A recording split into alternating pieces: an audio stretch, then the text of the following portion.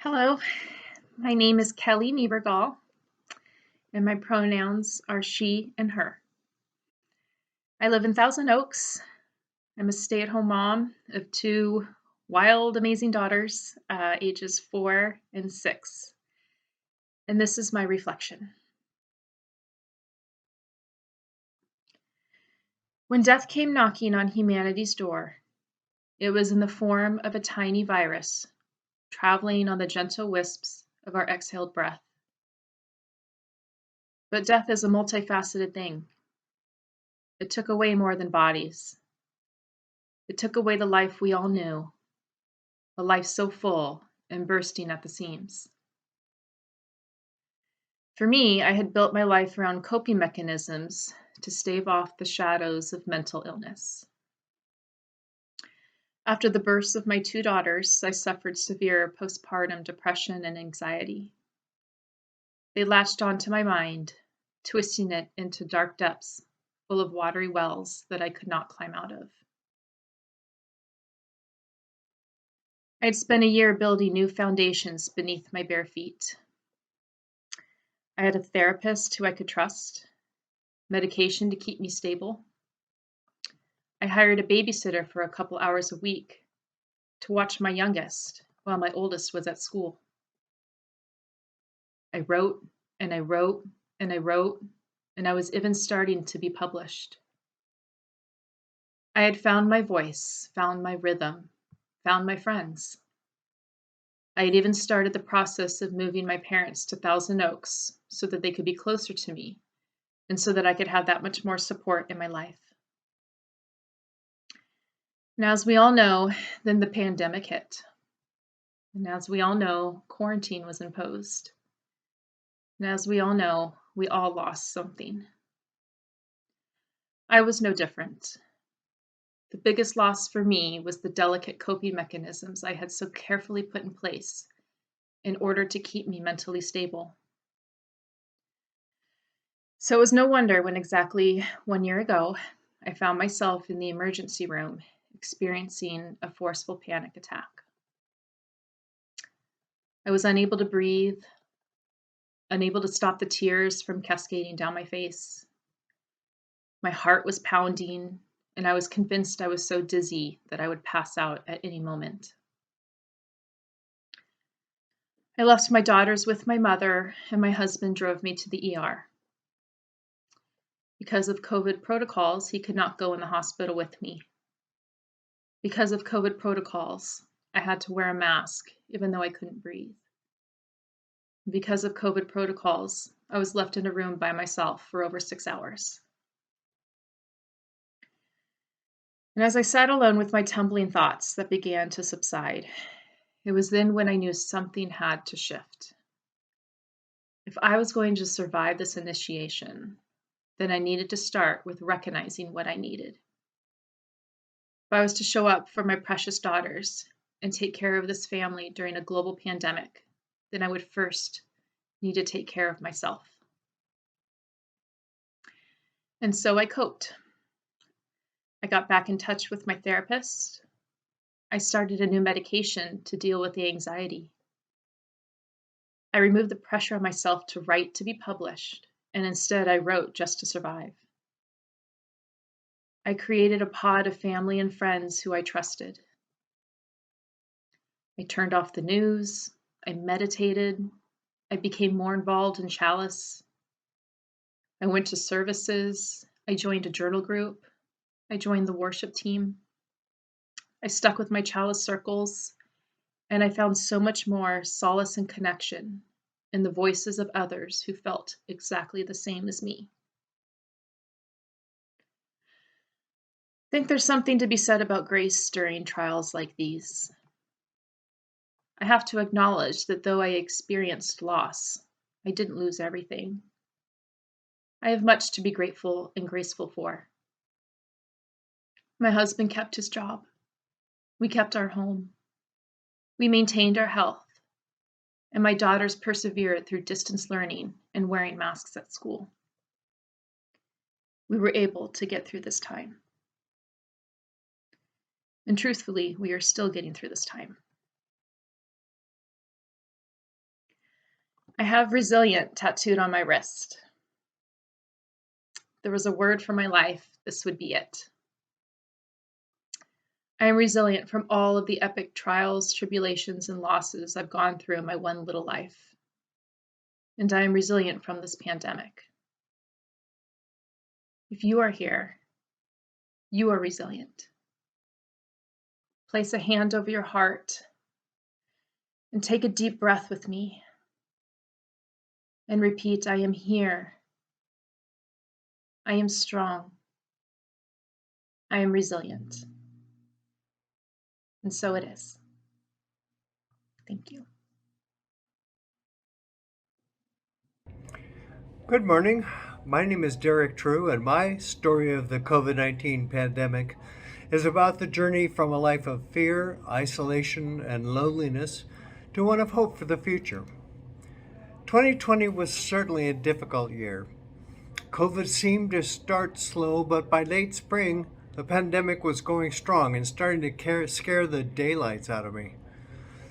Much of the public discussion revolved around risks and the complications of health factors that increase the likelihood of bad outcomes. Comorbidity. I was the poster child for comorbidity. I'm 73 years old. Years ago, my first cancer left me with a seriously compromised immune system. My second cancer is still with me, treatable but incurable, and I'm carrying more than a little extra poundage.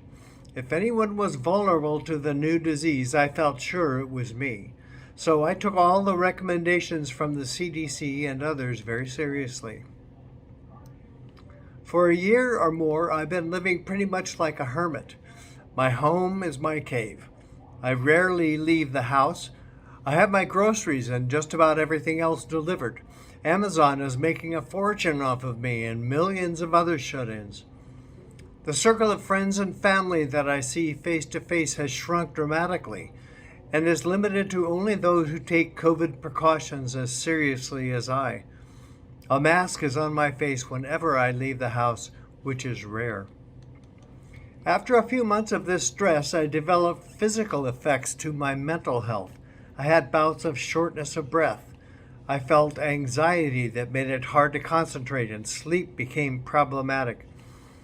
I was nervous as a cat all day. I consulted my Kaiser doctor, and a psychiatrist prescribed medication, which thankfully brought some relief. But the isolation and loneliness still took their toll.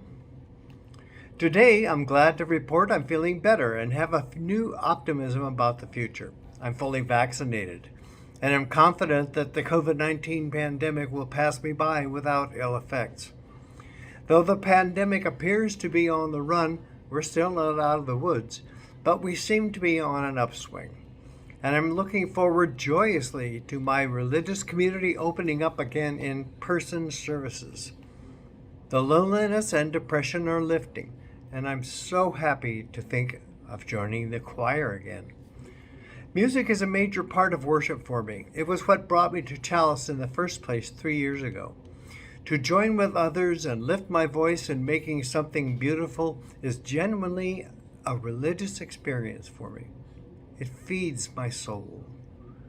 Now, at long last, I can be with the people I love, touch and hug them, and not just be, but do things with them. Chalice has sustained me through this difficult time, and now will once again be a major part of my daily appreciation of life. COVID-19 was my challenge, and that of us all. The gift it brought me was a much greater appreciation of those I love, family, friends, and the Chalice congregation. Life is good. Hello, my name is Ayana Gaines. My pronouns are she, her, and hers. The past year and a half has been what those of us on social media would call a dumpster fire. Between Donald Trump and COVID-19, things were a mess. And while the shenanigans of Donald Trump and his administration were stressful enough, it was COVID that hit me where I lived and took from me what I held to be precious. You see, before mid-March of 2020, my younger son, Griffin, spent weekends with me at my apartment, while spending the week at his father's house. I cherished those weekends together. While we did have to wrestle with homework, we also did a lot of talking and hugging. I loved having him with me. But when Ventura County went into lockdown, his father told me that, due to COVID, he did not want Griffin to spend the weekend with me anymore until the lockdown was lifted. He wanted Griffin to stay in one household to reduce the chances of him contracting the disease. My heart was broken. Of course I wanted Griffin to stay healthy, but by this point in time, I was working exclusively from home and my employer was completely shut down. I was confused and hurt, but I wanted the best for Griffin, so I reluctantly agreed. After all, the pandemic would only last a few weeks, right? I could visit Griffin at his house in the backyard one day a week for a couple of hours at a time. We wore masks the whole period, except for when we were eating our lunches. We kept a distance of 6 feet, and we couldn't hug. Imagine not being able to hug your own child. I left every visit with a palpable pain in my heart, wanting to cry. I had some respite in the form of his older brother, Duncan, whose university shut down the dorms. Duncan came down to live with me until September. We were our own little pod until he returned to Davis to live in an apartment and attend online classes. Once Duncan left, I was completely alone. Time passed. Griffin seemingly grew 6 inches overnight, and his voice deepened. I marveled at how much my boy was growing up, and how much of it I was missing.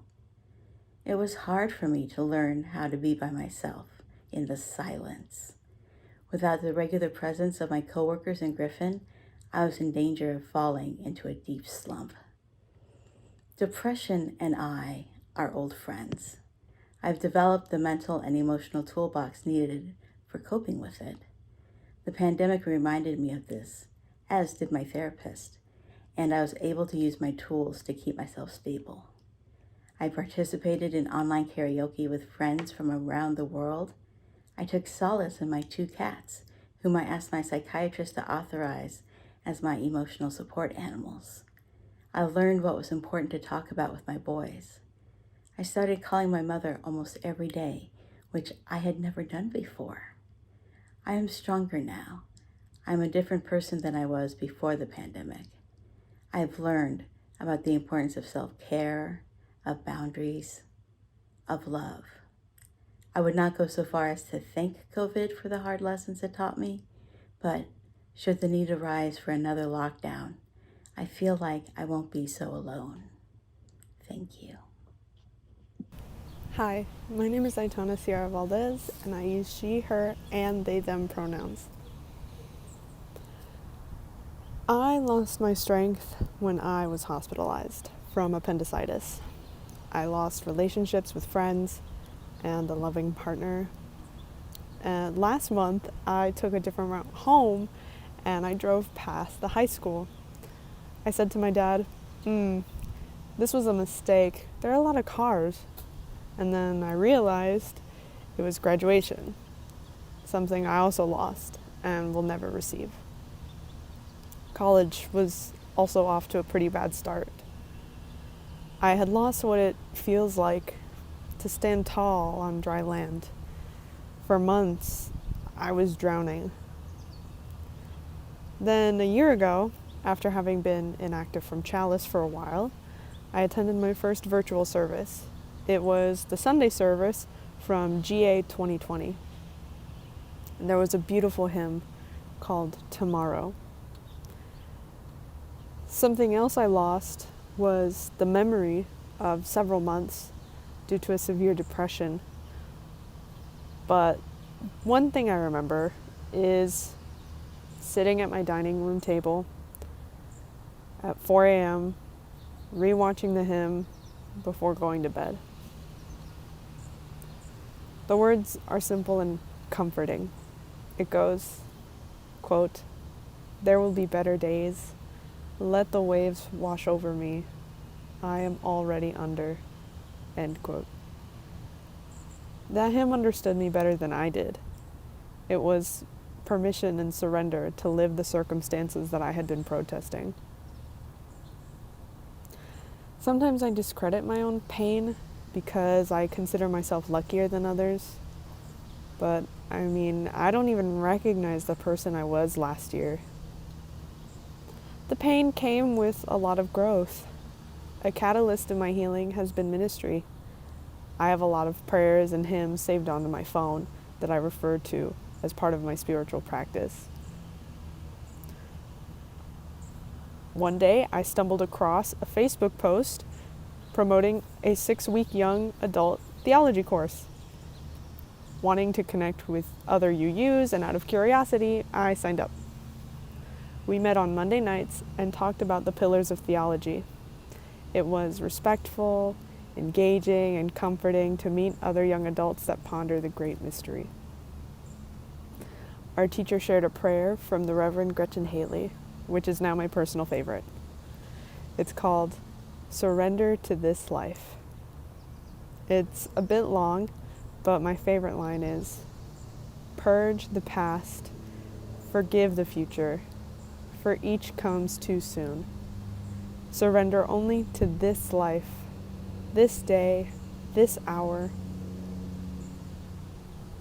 Through the theology course, I got to know Joe Chapeau, a co-founder of the Young Adult Revival Network, aka YARN. And ever since, I've been getting to know these young visionaries with a mission for community. They motivate me every day to learn and work hard. We uplift one another through euphoria and console during sorrow. These families that I've made with Chalice and young adults have inspired me to make Unitarian Universalism an active part of my life, and not just an adjective. There's work I look forward to, changes I want to shape, and people I yearn to physically embrace. If there was anything that I could call God, it would be relationship. And I have felt alive again because of the connections I've made in the past few months. I open my eyes and the tide has fallen. I pat the warm sun holding me and squint up at the sun. Cool water prickles my skin. I'm on dry land again. I know that in the future, I may find myself underwater again.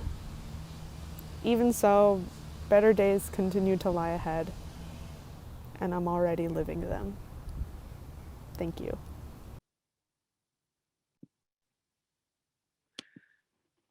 Wow. That was quite something. Thank you each for returning to those uncomfortable places to share your vulnerability, your strength, and the gifts you found along the way. Thank you for sharing your stories. They reverberate profoundly within each of us watching this service. And think about it. These are the experiences of 4 regular people. I wonder how many others in this service today, and how many across the world, could share similar stories of difficulty, endurance, and resilience. Listening to and telling these stories can transform us. As you all resume a life less restricted by the virus, I invite you to share your story with others, perhaps in ways you haven't told it before, and to invite them to share their stories with you. Telling stories. May it help us move beyond this time of turmoil, anxiousness, and isolation. May it help to turn the shards of what was broken into something precious and powerful to share with the world.